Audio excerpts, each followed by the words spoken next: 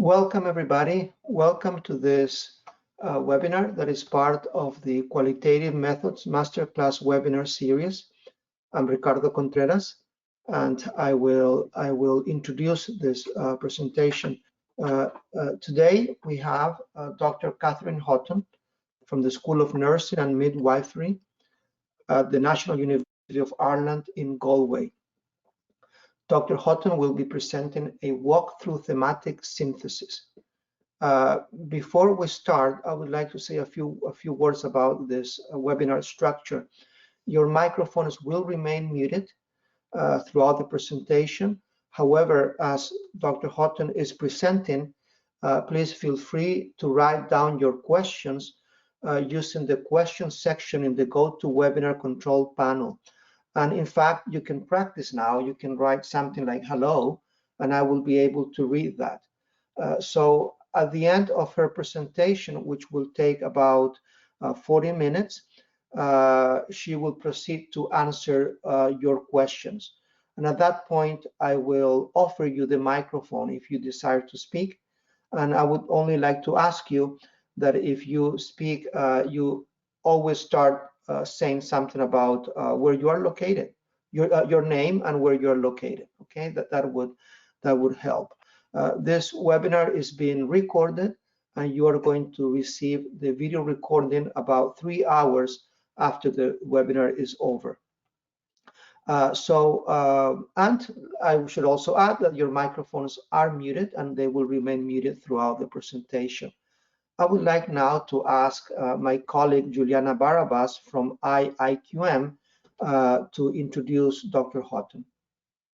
Thank you so much, Ricardo, and thank you as always to you and your team at Atlas TI for their ongoing support of these webinars. Catherine Houghton is a senior lecturer in the School of Nursing and Midwifery at the National University of Ireland, Galway. Catherine's research interests are primarily around qualitative research methodologies, qualitative evidence synthesis, and the integration of qualitative research in trials. Catherine is co-chair of Quest's Qualitative Research and Trials Center and a qualitative evidence synthesis trainer for Evidence Synthesis Ireland. She has led and co-authored a number of qualitative syntheses, including a recently published Cochrane Rapid Review in response to COVID-19. Please help me in welcoming our presenter, Catherine Houghton. Thank you very much, Juliana. Now, I will give you the controls, Catherine, so that you can show your presentation. So now it's in your hands. Thank you, Ricardo. Okay, I'm hoping that everybody can see my screen now. Yes.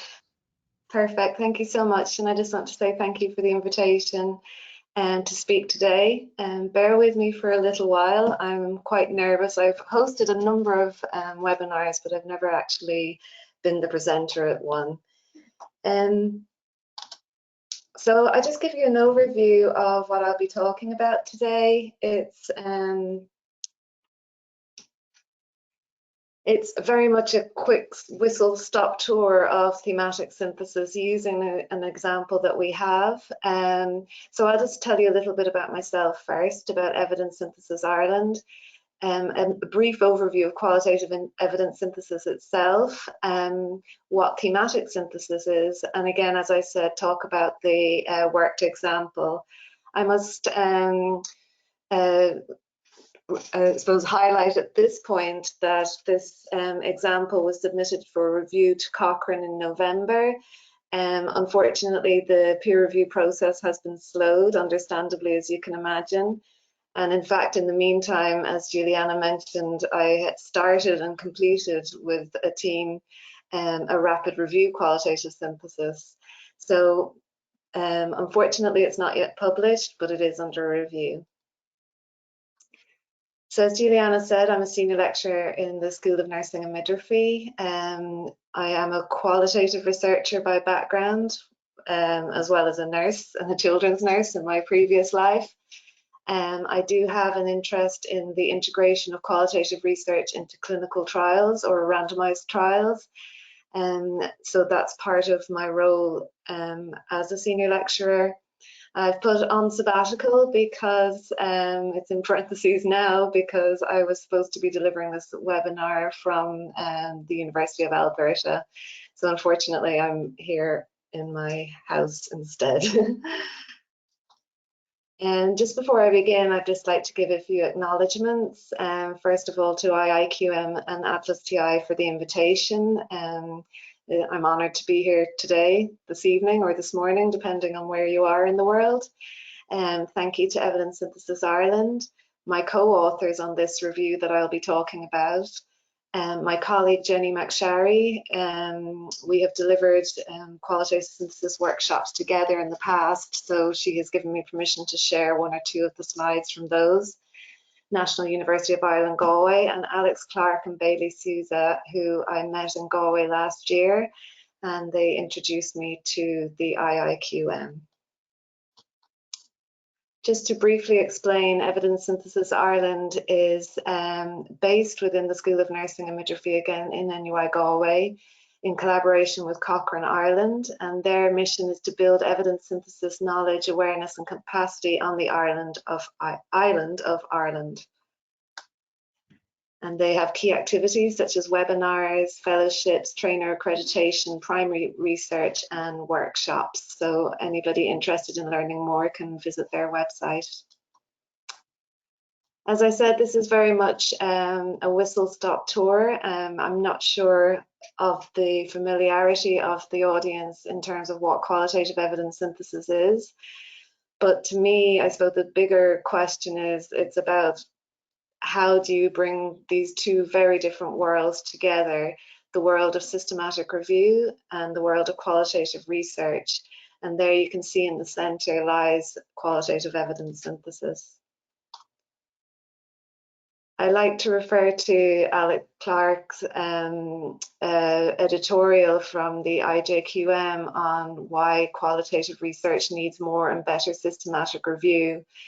And I'm going to struggle with this sentence, but I do like it. It's a real meal deal, question-led, protocol-driven study of a body of qualitative literature with a systematic approach to study selection, quality, and synthesis.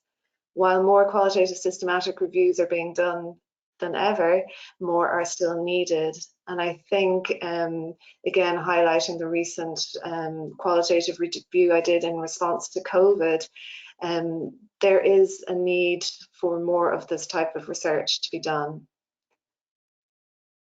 It's also about being creative and specific and being able to show the world that qualitative researchers know their stuff. It's bringing it all together in a systematic way that can actually impact on policy and practice and can be presented to decision makers in a synthesized and meaningful way that is easier for them to read.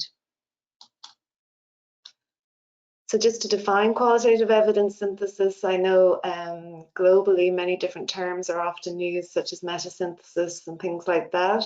But the umbrella term that we are most comfortable with now is qualitative evidence synthesis. And it's a process of scientific inquiry aimed at reviewing and rigorously integrating the findings of qualitative research. It's a means of presenting the complexities of human experiences in a way that is recognizable to the evidence-based community. And I think that sings to what I've just said in the previous slide.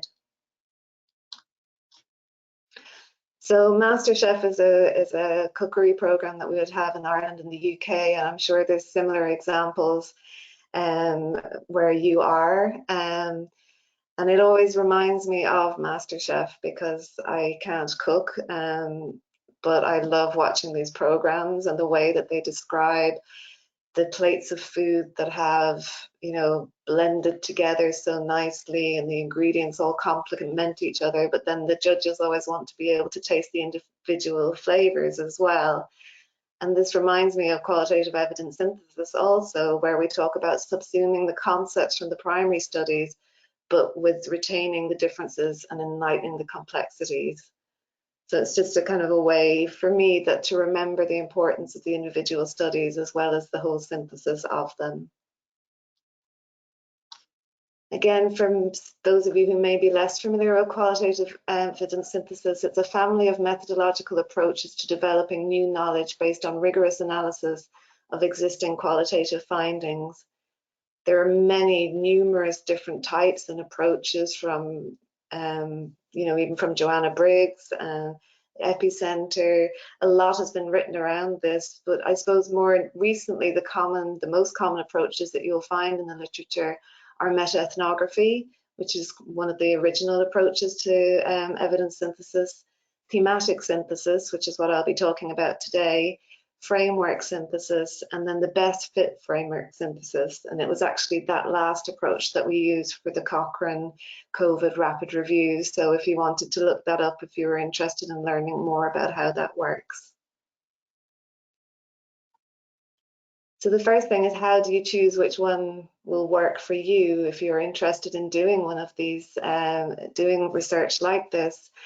And I will refer to Andrew Booth a lot during this presentation. There are some key authors that you will hear me talk about, and the literature is out there to guide people.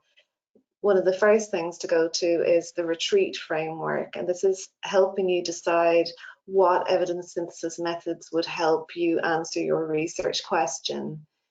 And the retreat acronym is based on what your question is, the epistemology, how much time you have, the resources, the expertise, the audience and purpose, and also the type of data that you have.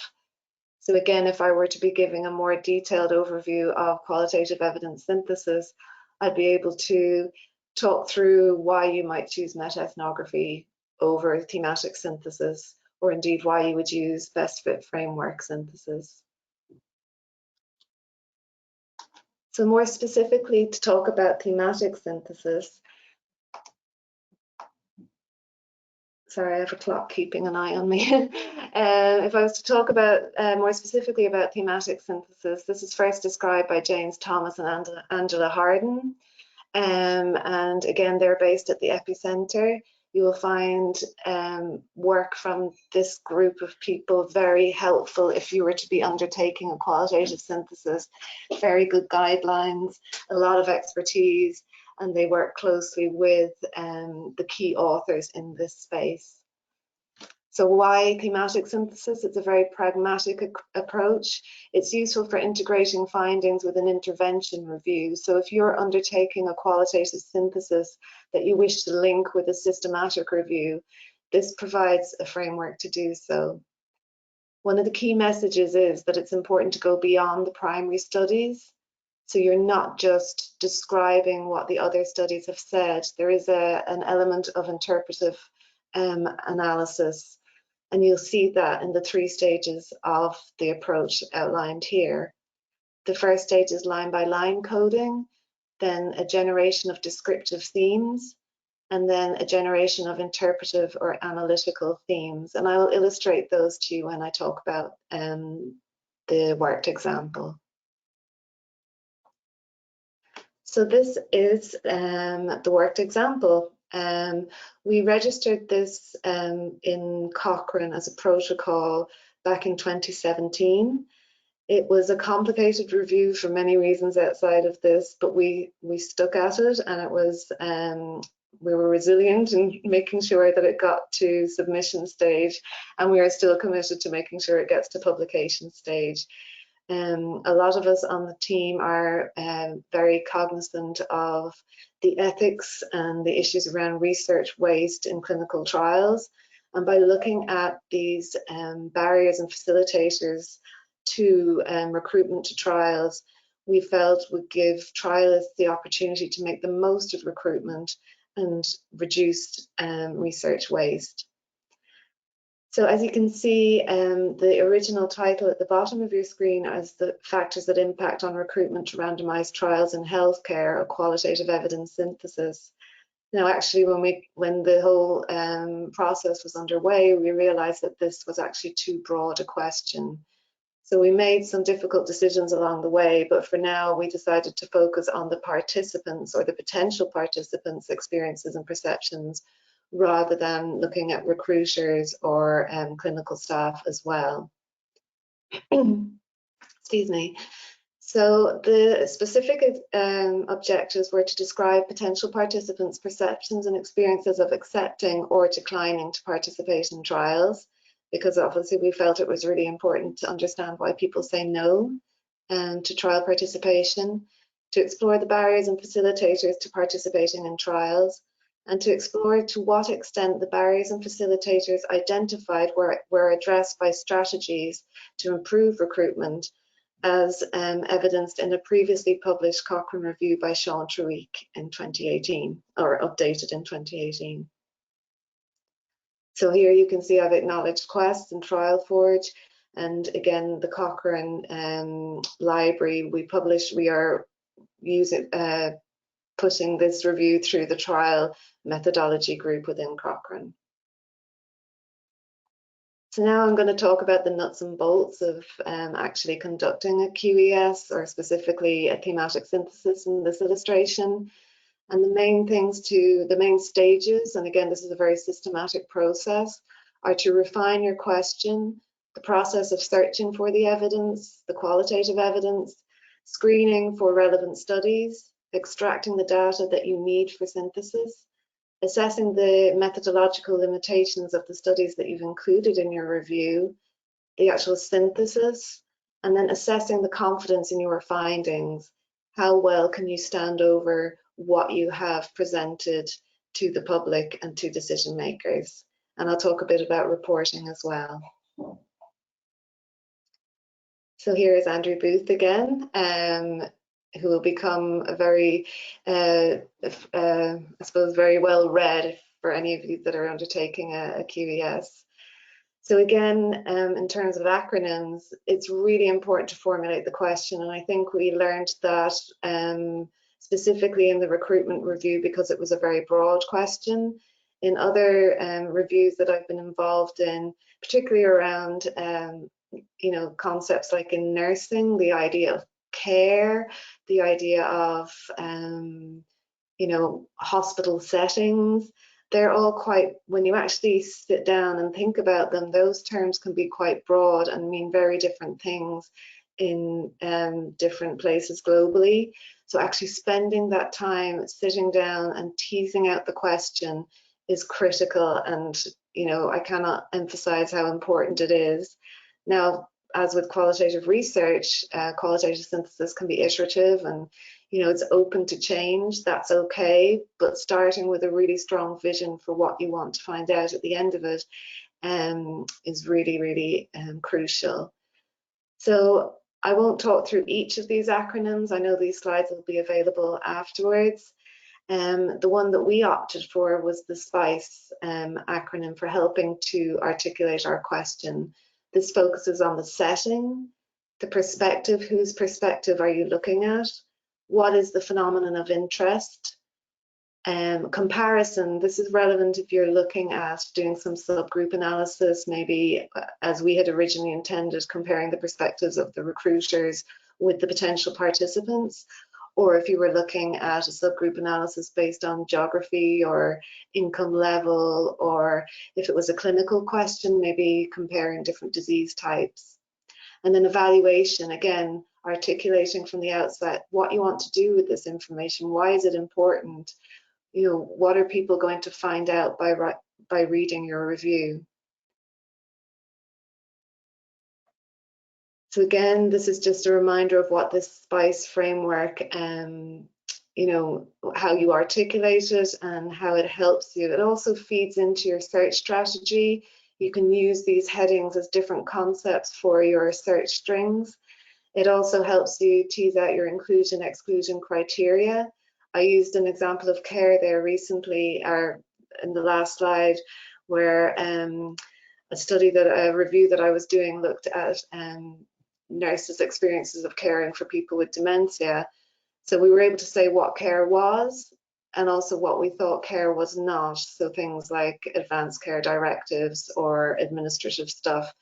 So actually teasing out those concepts is really important, and this is what helps with that. So then I'm going to talk about, so you've decided what your research question is. You're very clear on what you're looking at and what you're not looking at.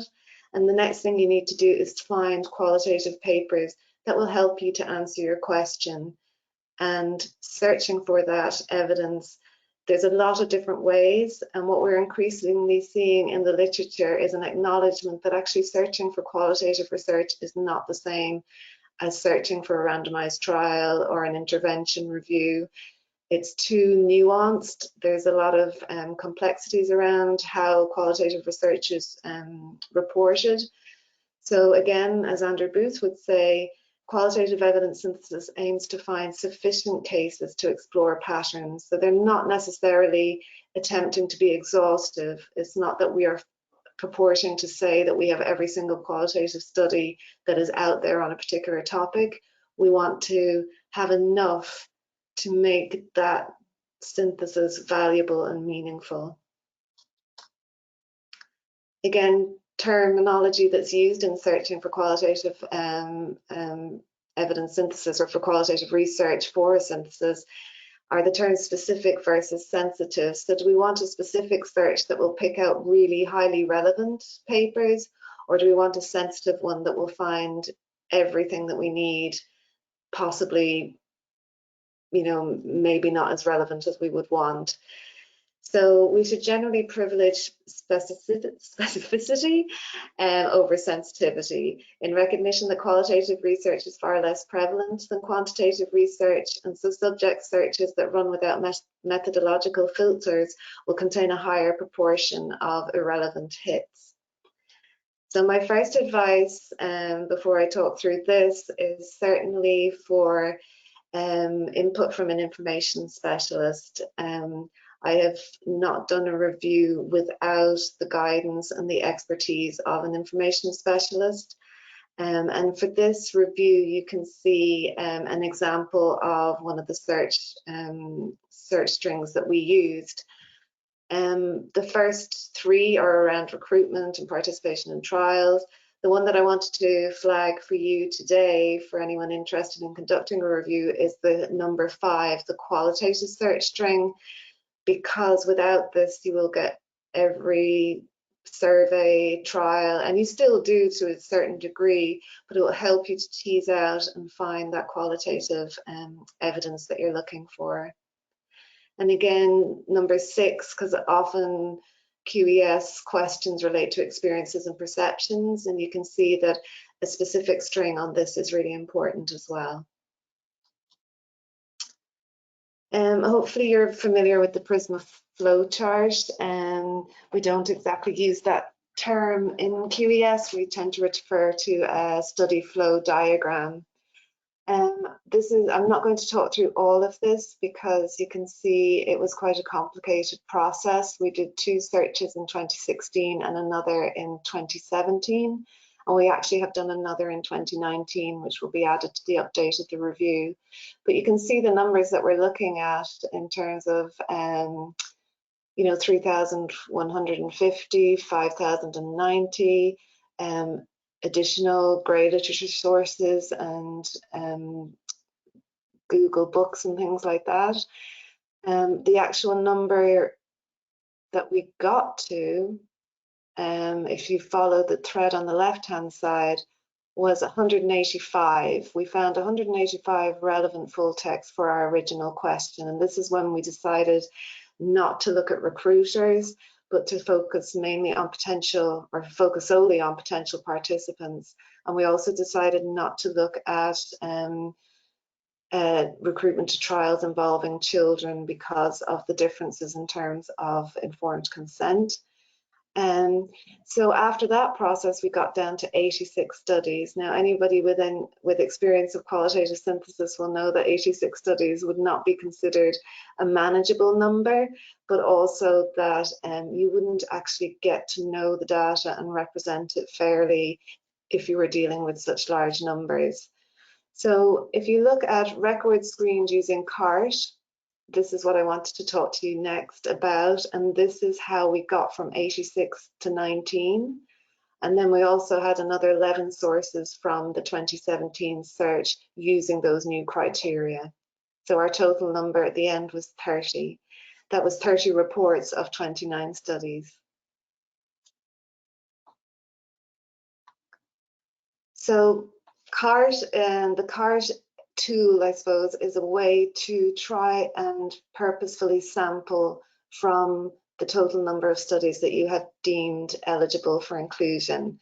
So this was a way of identifying key papers that would help us answer our question in the best way possible. The C stands for completeness, and through discussion with our colleagues at the Epicentre in London, we decided not to include studies that were incomplete or did not fully describe the methods used within the qualitative component of the studies. This didn't mean that we were excluding all mixed method studies, but anything that didn't have the methodological reporting for us to conduct our assessment, we excluded those. A stands for accuracy, and we talked about accuracy as a measurement of the clear aims of the research, and was a qualitative methodology appropriate in that instance. For the relevance, we looked at again, we went back to our SPICE acronym and we looked at how well the studies that we were including would fit in with those key concepts that we had identified. And for timeliness, we decided to only include studies from 2000 onwards. And for this process, as I said, we managed to sample from the large number of studies that we had identified. If you look at the literature, work by Heather Ames and Claire Glenton and Simon Lewin in the Cochrane EPOC group, they actually have a really nice sampling process as well. So if this doesn't seem fit for purpose, that is another option, and it allows you to ensure that you've got geographical spread. Any of the variables or the subgroups that you have identified will be kept within the sampling frame. So that's another option for those of you who are interested or would find yourself in a position where you would need to sample. So the next stage, we have our identified studies that we're going to include. So what are we going to extract from those reports? Often they are PDFs, they're published in journals, they may be PhD theses. So what you want to do is extract the key information that you need from those studies. So the pertinent information for any subgroup analysis or anything that will help your analysis become more meaningful. So the population, the setting, the sample size, what data collection methods were used, and also obviously we need the findings because those are what we are going to synthesize. Debate in the literature around what can be considered findings. It would ordinarily be anything that's written under findings or results that come from the study rather than part of a discussion in the context of other literature. So this would be the author's interpretations as well as the direct quotes from the participants. Depending on how you're doing the data extraction, so what we did in this instance was we also did our assessment of methodological limitations at the same time, and also identified any other information that we felt would be valuable, such as which search strategy the study had been located from or whatever. For this study, or for this review, we used computer-assisted qualitative management software throughout the whole process. So we actually extracted the data directly onto a management software, and we did our assessment of methodological limitations within the software. So everything was run through that.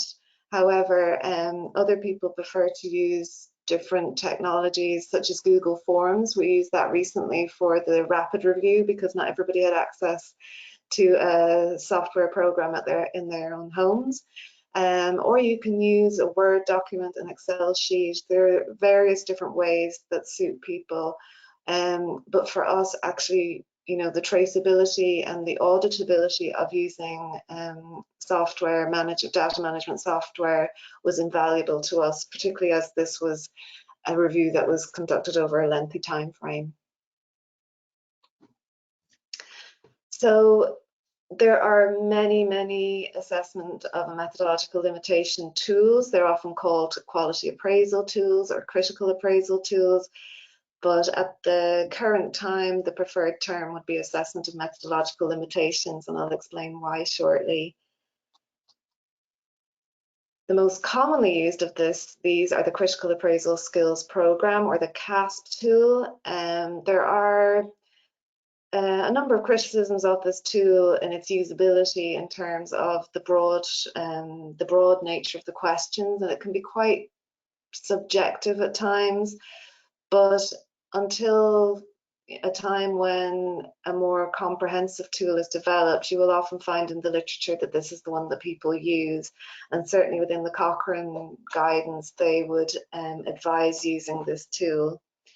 So we would have done, 2 people from the research from the core review team would have conducted an assessment of the methodological limitations of all studies in the review, and consensus reached on whether there were concerns, either none, minor, moderate, or severe concerns around the methodology and the reporting of the methodology of these studies, because we can only assume that what we read is, you know, that there may have been other elements of the methodology that weren't reported. And again, this is just a slide from Jenny that you can look at in your own time, that kind of talks about the strengths and weaknesses of the CASP critical appraisal program. So at this point of our review, we have just extracted all the pertinent demographic data and methodological data from the studies. We've extracted the findings, or the data that we will be working with for our review, and we've also assessed the methodological limitations of the studies. Now we're going to actually look at the analysis, or the synthesis stage. And the findings generated from thematic synthesis are particularly useful for policymakers and practitioners. And again, speaking to the trial community, we felt that thematic synthesis would be a suitable approach. And also it's suitable when there's a larger number of studies included. So, you know, again, even moving from the large number we had to 29 of 30 reports of 29 studies, that's still quite a lot to be dealing with when you're looking at qualitative synthesis.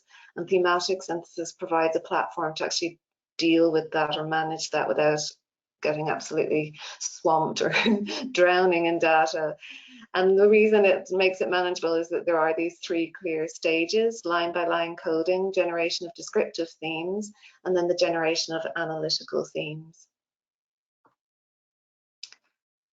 So what this slide illustrates, and I don't expect you to be able to read it all, but this was the phase of line by line coding. So going through the findings like you would in qualitative analysis of interview data or observational data, line by line coding of those findings, or that data that we wish to analyze and synthesize. And again, you know, the terminology or the labels that you apply at this stage are ones that need to be meaningful for you. These are not what you're going to be presenting in a report. So I'm kind of laying bare here by showing you the kinds of labels that I applied. Being the guinea pig, I'll never forget that one, because it was a very common perception from potential participants. If I work down personal needs over altruism, so you know, I coded extracts where people felt that while they would like to be altruistic and contribute to the greater good, they had their own personal needs and they had to prioritize those. Looking down further, baffled by information, conflicting information, again, all of these line by line codes, these descriptive labels that I applied, or that we as a team applied to the findings of the studies that we included. And that was messy, and that's probably only about 1/10 of them. So then we went on to the descriptive theme stage, where everything became a little bit more manageable in terms, and again, for me, I always need to have the software to kind of help me kind of group things and have a handle on things. I get a bit nervous if I get too lost by it all. So we kind of described what we wanted to talk about. Again, there's nothing highly interpretive here, but we talked about how were people recruited to the trial? So who delivered the information? How was it delivered? When was it delivered? We talked about the influence of other people. So, you know, did healthcare professionals impact on whether somebody decided to agree to a clinical to participation in a trial or not? What about family or friends? You know, a husband or a relative or somebody saying, no, no, you shouldn't do that, or go on, give it a go, that sort of thing. How people perceive the risk of participating in the trial, you know, what risk they felt, the trial burden, you know, were they going to have to make extra journeys to a hospital, how much time was it going to take up, was it going to be worth the risk, and what were the benefits, personal benefit, altruism, contribution to science, a little bit about financial reimbursement, but really, you know, that wasn't a key overarching finding in our final review. And this bit, so the jump between descriptive themes and analytical themes took a long time. I can't reflect that in these slides, but it required a lot of face-to-face, sitting around a boardroom table with coffee and biscuits and a whiteboard, teasing this all out. We wouldn't be able to do that now. It would be video conferencing, but you know, this was a really special and important conversation about teasing out actually what are we trying to tell people here. You know, that it wasn't just describing what the studies had already said, but actually making those analytical jumps. And what you can see here are three major themes: the impact of potential outcomes on participation. So what's going to happen at the end of it, and how did that impact on whether people participated or not? The personal influences and I'm just going to check the time, the personal influences. So again, those ideas of risk and benefit and the influence of other people, and then the actual trial itself. How did that impact on whether people decided to participate? So things like how the trial information was communicated, you know, what was the burden of the trial, how much of a commitment, would it help? You know, there's all that sort of thing. So I'm just giving you the broad overviews now, because the focus of today is on the methodology rather than the findings themselves. But like I said, this stage was actually really, you know, hard going and took a lot of debate, discussion, and conceptualization of what we actually wanted to do. And this is the pretty part. This is, again, took a while, took a lot of iterations and back and forth, but we created a model that we felt was something that would be user-friendly, that could be shown to people, that would really, it really encapsulated what we felt would tip a person into accepting or declining participation. So on the declining side, things like people not communicating the trial effectively, that sense of just having something to lose, nothing to gain, the burden of participation, and other people discouraging them from participating, such as family members and healthcare practitioners. The things that would kind of tip people towards the accepting side were well, effective communication of the trial and the commitment of the trial. Some people felt that they had nothing to lose, and this, again, I won't go into too much detail, but this could range from somebody with a life-limiting illness or somebody who felt very healthy and felt, you know, why not try and help other people and advance science. And that idea of having something to gain, you know, investing for a reason, and the encouragement of other people. So I think I wanted to illustrate how that line-by-line coding, where you feel like you're being swamped and drowning in data, and will you ever get to the other side? You do get to the other side, and then you have a chance to share this information in a way that's easy. You've done the hard work, you don't expect the reader to do the same, if that makes sense. So how did we assess the confidence in our findings? How did we look at what we were saying to the reader and say, yeah, no, we can stand over that? And that's where Great CERQUAL comes in. So the purpose of Great CERQUAL is to examine each individual review finding and appraise them in the context of 4 components: the methodological limitations, the relevance, the coherence, and the adequacy of the data.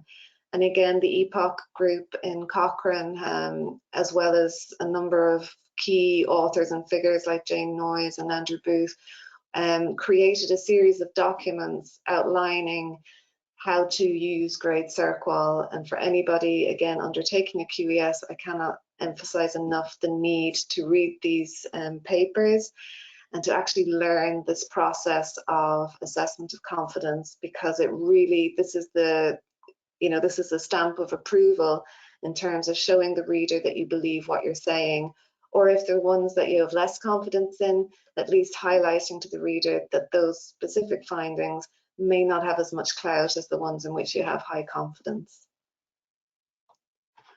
So the methodological limitations refer to the extent of limitations in the design or the conduct of the primary studies. So again, I mentioned earlier why we now use that term assessment of methodological limitations is because it kind of feeds in more seamlessly into the grade CERQUAL process rather than the prior name of critical appraisal. So we already had done this element of it, but it was about using those overall assessments and looking at the findings, looking at the studies that contributed to that finding, which of them had concerns about the methodology, which didn't. And I'll illustrate that in a minute for you. Relevance is the extent to which the evidence from the primary studies is applicable to the context specified in the review question. So this may look at things like the population, the phenomenon of interest, or the setting. For this review, relevance wasn't such an issue because we had refined our question quite well, but also we had a good understanding of what we meant. I'm not explaining this very well.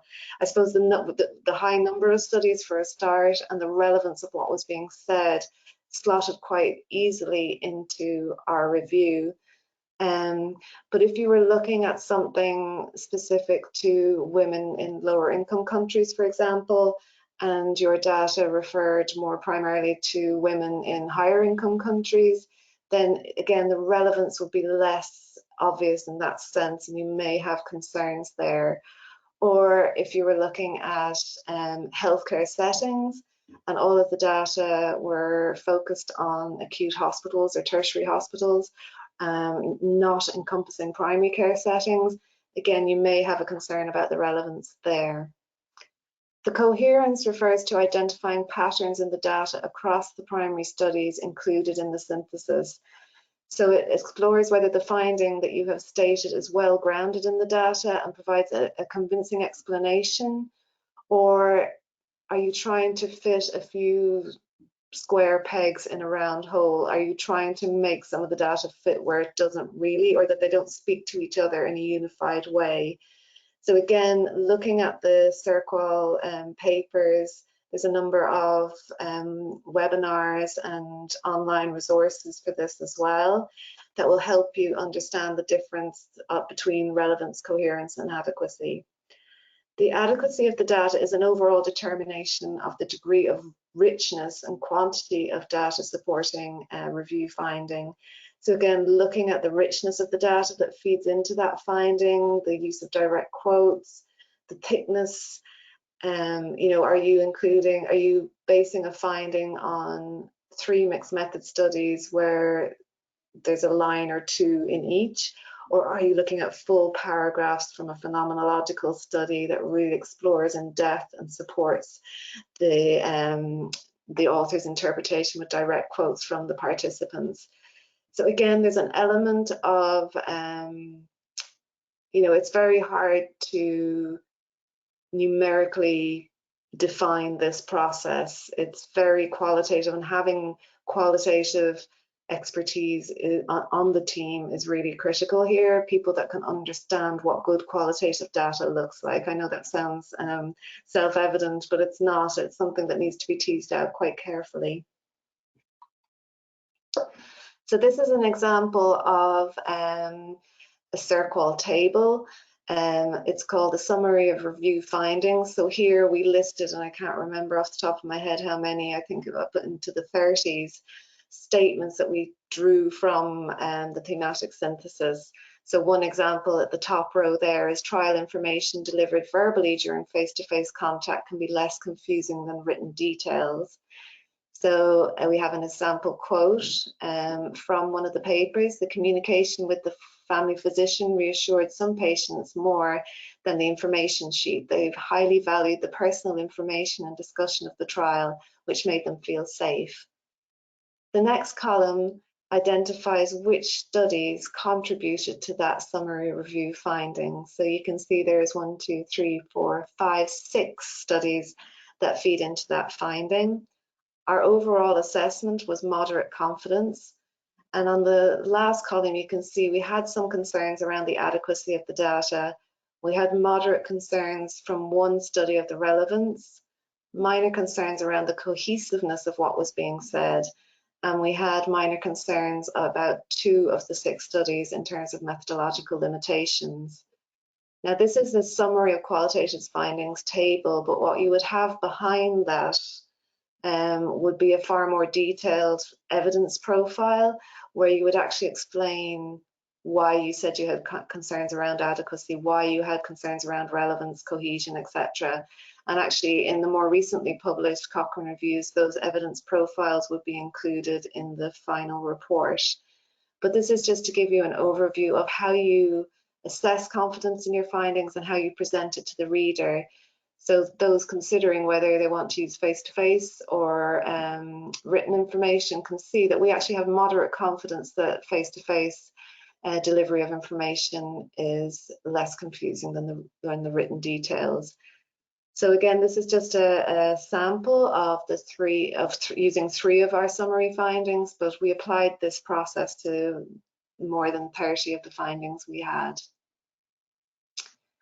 And that brings me to reporting. The guidance out there now is fantastic. It's a lot better and more comprehensive than it ever was when we started, such that we were finding it difficult to keep up with the updates and the new recommendations and guidelines. But where we're standing now, I guess, is the NTREC guidelines. So those of you familiar with the Equator Network and the different tools or the different reporting guidelines, and the one that we would use for qualitative synthesis is called the NTREC. So this gives those questions that you need in order to to make sure that you're describing your processes correctly. Also, the Cochrane Methods Qualitative and Implementation Methods group have really good resources in terms of methods, how to report, all the different stages.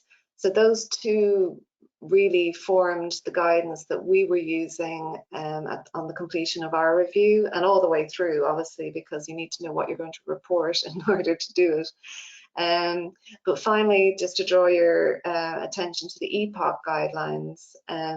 So the Effective Practice and Organisation of Care group within Cochrane published guidelines earlier this year. It wasn't September because they weren't available when we submitted, but they have really good guidelines on how to write a qualitative evidence synthesis protocol and how to complete the review itself. So all the resources are there for those wishing to kind of embark on one of these reviews.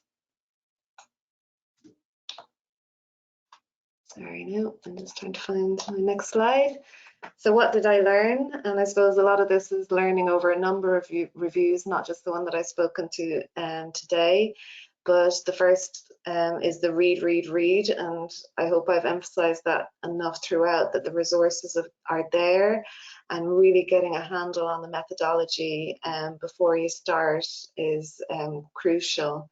The team, and any of you know working with a team, that it's really important that you have the right people. You have the people who are actually doing the processes, the screening, the extraction, the analysis, and then you also have the experts, the people that can answer emails around questions on methodology, methodological questions, topic questions, terminology, the inclusion, exclusion, and we had that in buckets really, but having that team is really, really important. Be inductive, be analytical, be brave. I think that goes to the I think that's in response to those slides that I showed you where we went from the line by line to the descriptive, to the analytical, and to the model. And you have to be brave. You have to, you know, be brave in terms of putting the message out there, but it's not naive braveness. It's supported with the assessment of confidence. Use management software for transparency.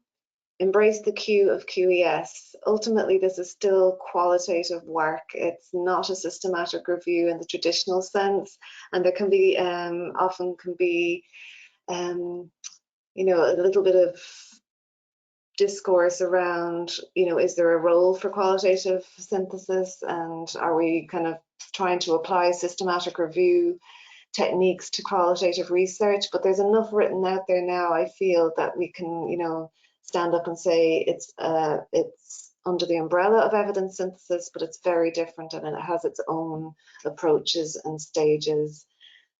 And right. Again, seems like a very obvious thing, but you need to tease this out, and writing actually really helped. So even between the descriptive and the analytical themes, I had written up all of those findings in a document that could be shared with the team, and it was only with that written document that we could actually really work through it line by line, see where there was overlaps, where there were discrepancies, where, you know, how the actual, what were the key messages. So writing at all stages, not just at the end, has proven really helpful for me in these types of projects. So I'm going to finish up there by saying thank you. I hope it made sense. I know I was covering an awful lot, but it was just to kind of take you through the journey more than anything, and highlight the resources available to you.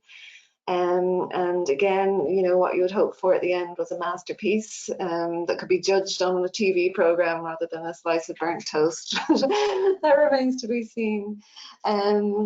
So that's it from me. I just want to highlight some links to the masterclass archive and the IIQM blog. And I'll hand you back over now for questions. I'm not sure whether I should stop sharing my screen at this point.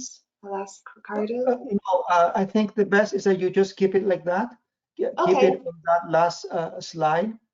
And now I will proceed to ask the questions from people. Well, in fact, Alif has a question for you. And by the way, we only have about 6 minutes, okay, for questions and answers. I will give him the microphone. So just a second, please. I will give you the microphone in a second. Here it is. So please go ahead and ask your question, Alif. Hi, Dr. Catherine. Thank you for the wonderful session. I'm Ali from Singapore. I would like to ask the main differences between thematic synthesis and the other three QES methods that you mentioned earlier. Okay, so just briefly, I mean, you could talk at length about each one. Meta-ethnography is, it was first described by Noblet and Hare in the 80s. It sounds like it's just about ethnographic studies, but it's not. But it uses some principles around how you analyze the data. So it's a very iterative process. You move from one study to the next. So you analyze the first study, you move to the next one, then you go back and you go back and forth in this process called refutational analysis, whereby you're moving between the studies backwards and forwards, and building on the theory as you go. It also relies on 3 levels of representation. So there's a distinction between the participants' words, the author's words, and then the review author's words. They become third order constructs. So it's a highly theoretical approach to synthesis, and is best done with a smaller number of studies. The framework approach is similar to framework analysis insofar as it's a more deductive approach. You start with a theoretical framework and use that to work with the data and manage the data. The best fit framework then also uses a framework, but allows for additional, more pragmatic decisions to be made along the way should you find something that doesn't fit well within the framework. So it's almost a hybrid between framework and thematic synthesis. So as an example, with the COVID review, we were looking at infection control guidelines for healthcare workers, and we had a theoretical model that looked at organizational, environmental and individual factors that impacted on healthcare workers' ability to adhere to these guidelines. And we used that framework to manage the data from the extraction stage. And this was considered appropriate because we were working to a very tight deadline, and we had, you know, quite a good number of studies to work with, and also because we were working, the 4 members of the team were doing this simultaneously. So again, thematic is more inductive, framework is slightly more deductive, but it's still open to an inductive approach.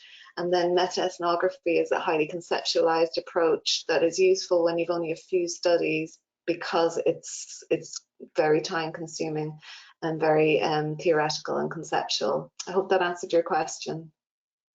Thank you very much. I'm going to offer the microphone to Belinda from Durham, North Carolina. Belinda, your microphone is open. Go ahead. Can you hear me? I can hear. We can hear you. Okay, great.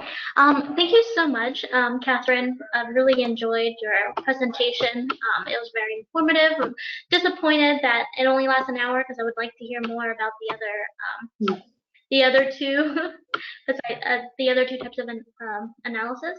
So our team is, we actually conduct systematic reviews in Durham based on stakeholder questions. So our core team is about 4 people, but we recruit other members depending on the subject matter and finding experts. What kind of data management software you use? So I suppose any of them are fit for purpose. I know that there's obviously Atlas, and Epi Reviewer is really good. And then there's NVivo as well. We used CAQDAS for the screening stage. So we used EndNote for our searches. We transferred the EndNote into CAQDAS, and then I know there's Rayan as well as another example. And then we moved from CAQDAS to NVivo for the rest of the review. Thank you very much. Unfortunately, we're coming to the end, and we will not be able to go over all of the questions. And I believe that even Belinda had a follow-up, but we will have to stop it. But however, would it be okay for people to write to you, Catherine, to the email that you have on the slide? Yes, certainly. Yeah, so all of those of you who asked questions and they were not answered, please go ahead and communicate with Dr. Houghton, and she will be happy to answer your questions. So I want to thank you all for coming here.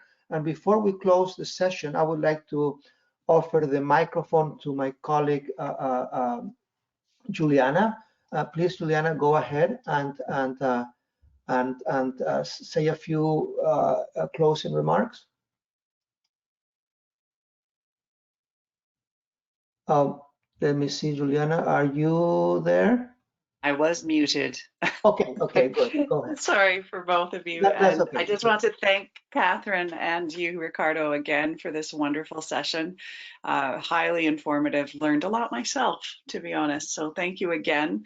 I'd like to mention that we have one more webinar coming up in May, and that is on May 28th.